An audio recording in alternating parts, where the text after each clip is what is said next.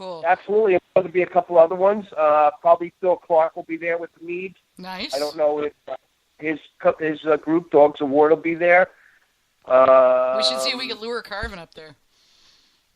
Well, I think Carvin, I think he might have a wedding, but he said if he can, he's going to fly in for the event. It should be a pretty great event. Last year, there was probably about 2,000 people there. I'm looking forward to this. And for those of you that are sitting out there going, when the hell is this thing? Bobby. It's February 24th. It's at the Brooklyn Expo. It's going to be 9:30 in the morning till 3:30 in the afternoon. Tickets are for sale, I think, in advance. I don't have all the info. I know they're putting together a flyer to go out, but it's New York City Fermentation Festival. And last year I went, and it was like wall-to-wall craziness. Kombucha, kimchi, all kinds of stuff. One guy was charcuterie expert with fermented meats. And there was homebrew clubs. There was breweries. And it's a really great day. And it's an inside facility, so it's not outside. There's heat. There's a band. It's a really great day. And there's going to be a lot of mead this year. So, I'm looking forward to it's cool. People get really kind of experimental with it. It's very cool. Like my club last year, we bought a bunch of pumpernickel bagels, and we made a Roggen beer out of it, and they came out really good. Oh, fun! Yeah. No, there was a couple people who had bread beer there last year.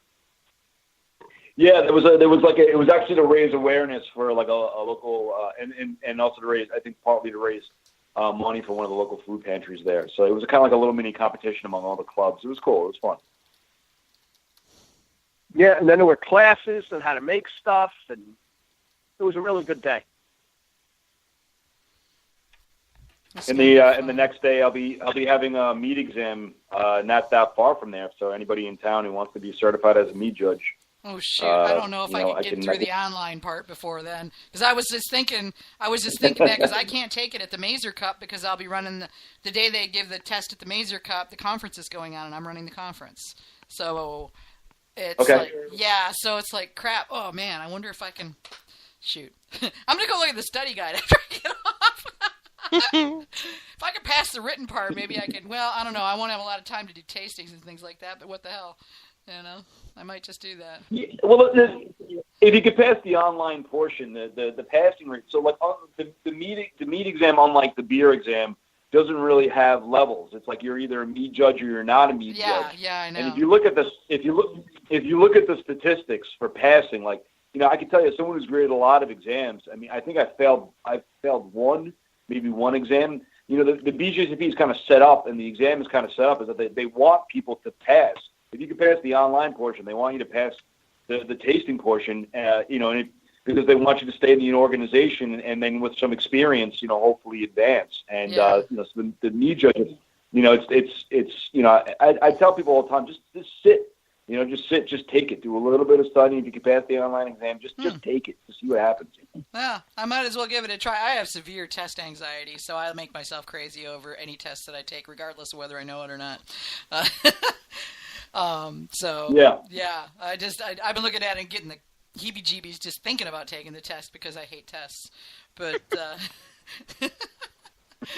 it's a weird thing. I've always been this way too. I part of my grades in college were because I go into the test and go and forget everything, even though I knew the subject.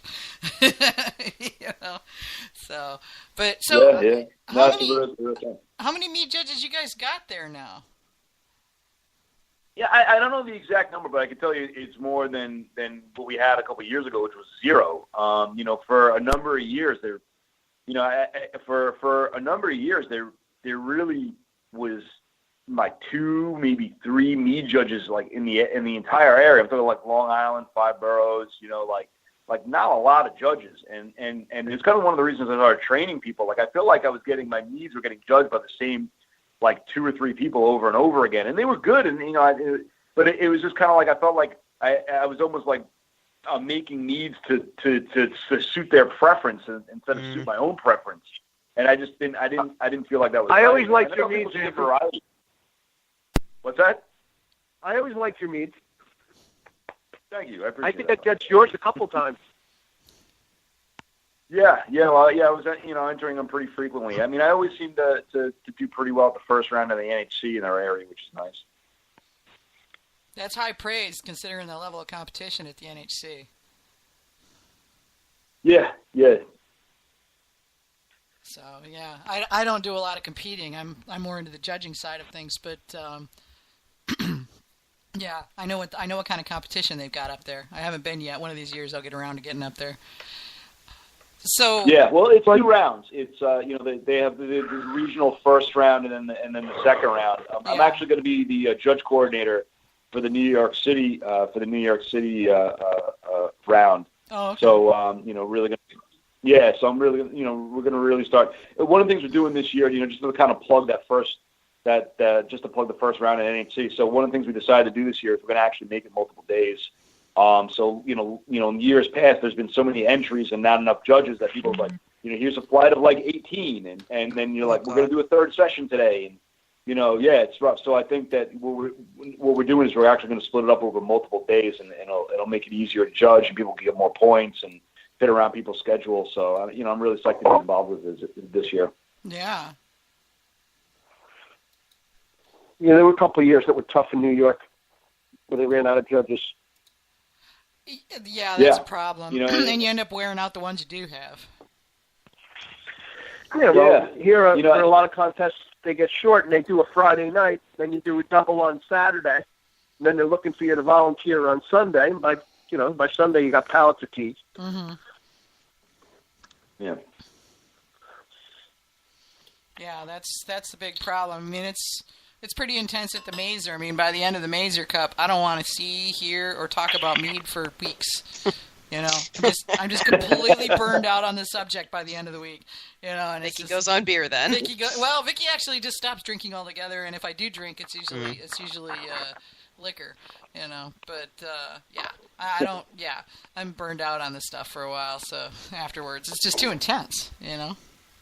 Yeah, I can imagine. I can't even imagine what it must be like running something like that. You should come out and judge, man. I know it's a long way from Long Island, but still, Yeah, it's tough. I'm a teacher, so my off days are kind of set. So I don't think they would shine very very positively on me taking days off to go judge anything. I'm taking an extra day off so I can go to Denver and drink. Well, hey, when I retire, maybe eventually. Yeah, I hear you. No, it's the weekends when you're actually doing the drinking. The other days are the conference, and that sounds like that. Friday and Saturday are the Mazer. So Friday. Oh. Yeah.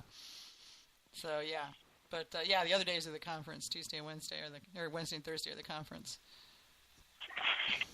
So that's great. How'd you got involved with the BJCP in the course of your studies then? Yeah, I joined. I joined a homebrew club, probably about 10 years ago, and they were running, a beer judging class, to prep for the exam, and I took it and I just kind of ran with it. I guess there has to be just like I think there's a certain level of competitiveness in certain, when it comes to certain things, for certain people. And this is just one of those things that I'm like, well, I took it and I did okay. And I'm like, well, now I want to keep going. And, so I kind of did it with the BJCP.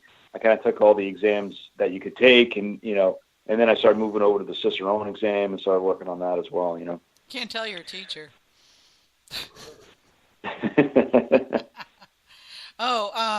Jaden Birchmore is on the live chat, and he's asking if they can get a copy of the BJCP score sheet. Is that available on BJCP.org? I think it is, but... Oh, yeah. Oh, sure. The blank score sheet? Mm-hmm.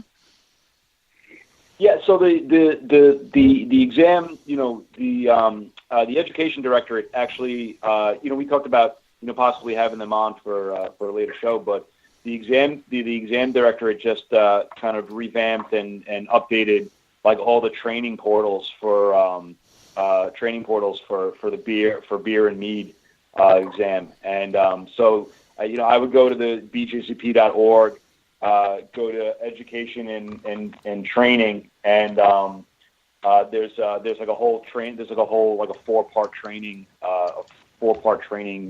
classes seminar. I don't know what you call it, but it's really informative, and it has a lot of resources. And I would definitely check it out. They did an excellent job. They're revamping the whole thing.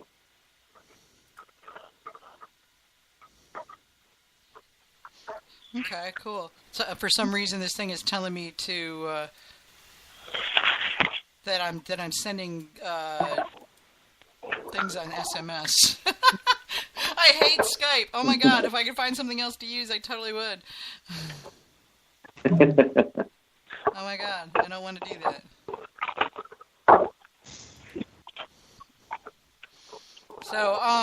So what?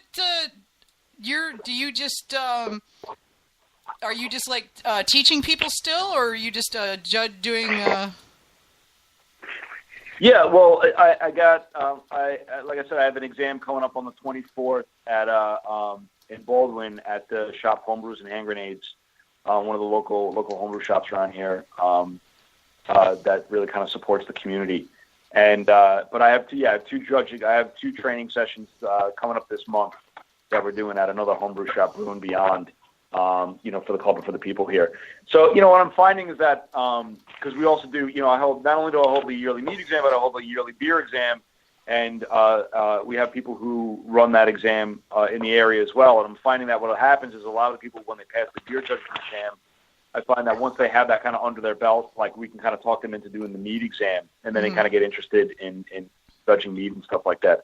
But I would recommend it. You don't have to go that pathway, obviously, and they're totally separate distinctions, and people can just be a mead judge. If you don't want to be a beer judge, it's totally fine. You can just be a mead judge, and I really would very much recommend it for people, for any kind of mead maker, to do it. Yeah, I remember when they did the questions, a bunch of people put the questions together, and then the rest of us were corralled and used as monkeys to answer the questions. And there were some good questions on there. I remember one Mazer Cup sitting on the floor in front of a chair, and I'm going through questions. They're like, if it's a Thursday in March and it's a wolf moon, how much yeast would you add? It was like one of those scary stories questions where it was like, oh my God. Yeah, well, I think they did a pretty good job of culling them down, and they're pretty reasonable. And actually, one of the judges in the area, Mike Napolitano. He actually took and I'll send you this link too if you'd like.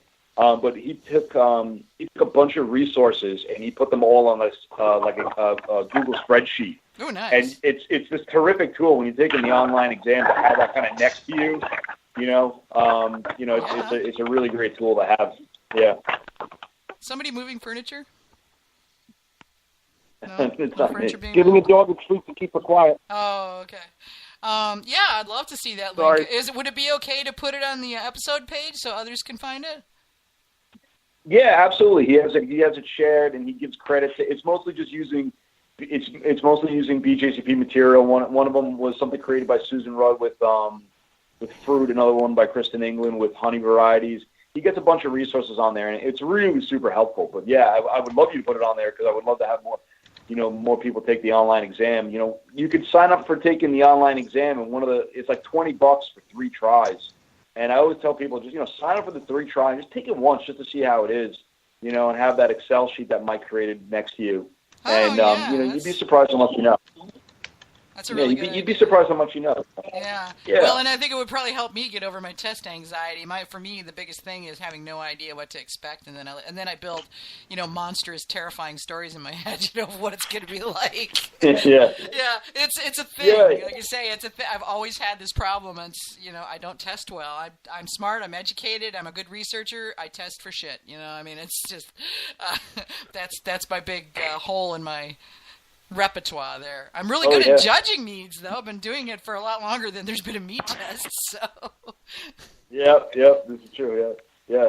No, it's a real thing. Test anxiety. Look, as an educator, I can tell you it can be debilitating. For it is, yeah. It is, yeah. It cost me a lot of grades in college. So, strangely enough, it didn't in high school. I didn't have that problem until I got to college.